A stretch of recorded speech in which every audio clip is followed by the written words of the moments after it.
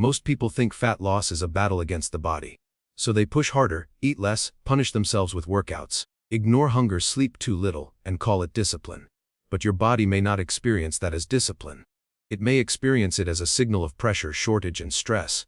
And when the body receives that signal again and again, it may not cooperate the way you expect. The biggest fat loss mistake is not simply eating the wrong food or missing one workout. The biggest mistake is treating your body like an enemy, instead of understanding what it is trying to protect. Because stored fat is not just something your body randomly keeps to annoy you. It is stored energy. It is part of a system that evolved to help humans survive times when food, rest, and safety were not guaranteed. Your body does not know that you want to look better in a mirror, fit into a smaller size, or hit a goal by summer.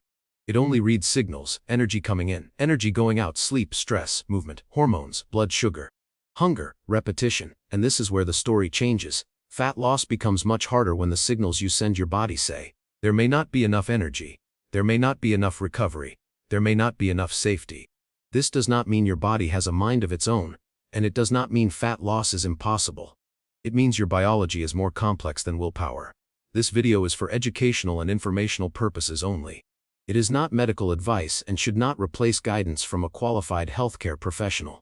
If you have a medical condition, take medication, or experience serious or persistent symptoms, please consult your doctor.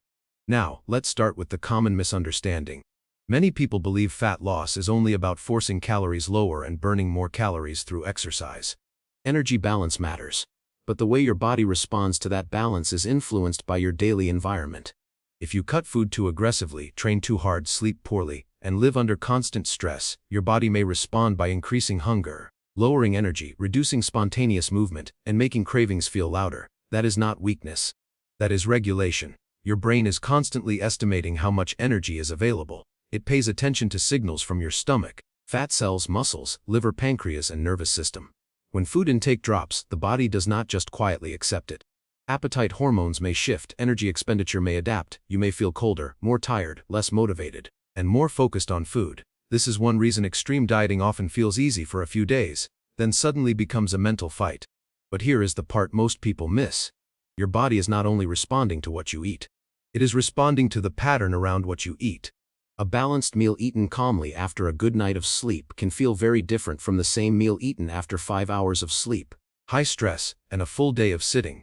The calories may be similar, but the internal environment is not. Think about a typical day. You wake up tired. You rush through coffee. You skip breakfast because you want to be good. By noon, you are starving but you push through. By late afternoon, your brain is searching for quick energy. At night, cravings hit harder, then you feel guilty, eat quickly, sleep late, and promise to restart tomorrow. From the outside, this looks like a discipline problem. From inside the body, it may look like unstable energy availability. This is why fighting the body often backfires. When you rely only on restriction, you may create the exact signals that make the body defend its energy stores more strongly. Hunger becomes louder. Food becomes more rewarding. Movement feels harder. Your mood drops, your patience disappears, and suddenly, the plan that looked perfect on paper becomes almost impossible to live with. The real question is not, how do I force my body to burn fat faster? The better question is, what signals am I sending my body every day? One of those signals is sleep. Poor sleep can make fat loss feel harder because it can affect energy, appetite, food choices, and recovery. After a bad night, many people notice they crave more calorie-dense foods, move less, and feel less able to make calm decisions. This does not mean one bad night ruins progress. But repeated poor sleep can make the process feel like you are pushing uphill. Another signal is stress. Stress is not always bad. Short-term stress can help you react, focus, and solve problems. But chronic stress can change the way you experience hunger and reward. For some people, stress makes them forget to eat. For others, it pushes them toward quick, comforting, energy-dense foods. The issue is not moral failure. It is your nervous system trying to regulate discomfort. And this is the hidden signal behind many fat loss struggles. The body often protects stability before it protects your goal. If your routine feels chaotic, your meals are unpredictable, your sleep is short, your stress is high, and your exercise feels like punishment, the body may receive a message of instability. In that environment, asking the body to give up stored energy can feel harder. Now let's talk about insulin, because it is often misunderstood. Insulin is not a villain. It is a hormone that helps move glucose from the bloodstream into cells, where it can be used or stored. After you eat carbohydrates, insulin usually rises. That is normal. The problem is not that insulin exists. The bigger picture is how your overall eating pattern, activity level, body composition, sleep, and metabolic health affect how your body handles energy over time. This is why demonizing one hormone, one food group, or one meal usually misses the bigger picture. Fat loss is not controlled by one switch. It is controlled by a network. Your muscles matter because muscle tissue uses energy and helps support healthier glucose handling. This is one reason strength training can be useful during a fat loss journey. Not because it magically melts fat overnight, but because it may help preserve lean mass, support function, and improve the way your body uses energy over time. Movement matters too. Many people think only intense workouts count, but your body also notices walking, standing, cleaning, taking the stairs, carrying groceries, stretching, and moving throughout the day. These small movements may not feel dramatic, but they send a powerful message. Energy is being used regularly, not just during one exhausting workout. That is the mistake many people make. They punish themselves for 1 hour, then sit for the rest of the day and wonder why their body feels sluggish. A better approach is not to attack the body. It is to build a routine the body can actually adapt to. That means meals with enough protein, fiber, and satisfying whole foods. It means creating a calorie deficit that is realistic instead of extreme. It means sleeping enough to recover. It means using exercise to build capacity, not to pay for food. It means managing stress without always using food as the only relief. And it means being patient enough to let repeated signals matter. Your body does not respond to one perfect meal. It responds to repeated signals. This also explains why two people can follow the same plan and get different results. One person may sleep well, have lower stress, walk daily, and have a predictable routine. Another may work night shifts, care for children, deal with high stress, take certain medications, or have a medical condition that affects weight. The same plan does not land in the same body environment. That is why compassion matters, not as an excuse, but as a strategy. Shame makes people hide, rush, restrict, and quit. Understanding helps people adjust. If fat loss has felt difficult for you, the goal is not to blame your body. The goal is to read the pattern. Are you constantly under-eating early, then overeating late? Are you sleeping too little? Are you using exercise as punishment? Are you skipping protein? Are you eating too little fiber? Are you sitting all day, then expecting one workout to fix everything? Are your weekends completely different from your weekdays? Are you trying to be perfect for 4 days, then burning out for 3? The important point is not fear, it is pattern recognition. A body that feels supported is often easier to work with than a body that feels constantly threatened.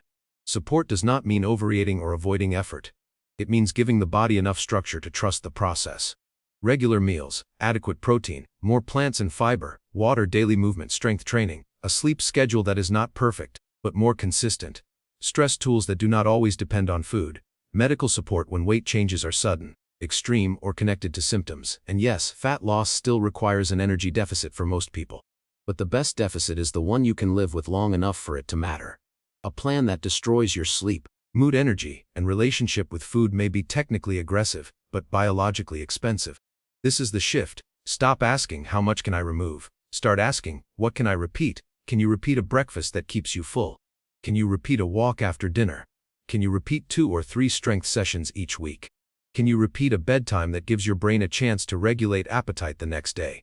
Can you repeat meals that are satisfying, not just low in calories? Can you repeat stress relief that does not leave you feeling worse afterward? Because fat loss is not just a math problem, it is a behavior problem, a recovery problem, a stress problem, a food environment problem, and a biological feedback problem. Your body is not broken, it is adaptive. Sometimes that adaptation helps you. Sometimes it makes fat loss feel harder, but when you understand the signals, you can stop turning every plateau into a personal failure. A plateau does not always mean nothing is working. It may mean your body has adapted to your current routine. It may mean your calorie intake has drifted upward without you noticing. It may mean your movement has dropped because you are tired. It may mean your sleep is reducing your consistency. It may mean the plan is too hard to maintain. The answer is not always push harder. Sometimes the answer is adjust smarter.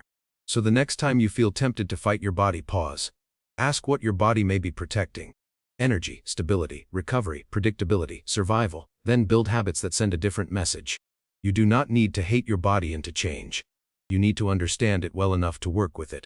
Fat loss becomes more sustainable when your body is not constantly receiving signals of chaos. The goal is not perfection. The goal is consistency your biology can believe. If this helped you see fat loss differently, subscribe for more health science explainers that help you understand your body without fear, shame, or extreme promises. And remember, The body you are trying to change is also the body that has been trying to protect you. Work with it, not against it.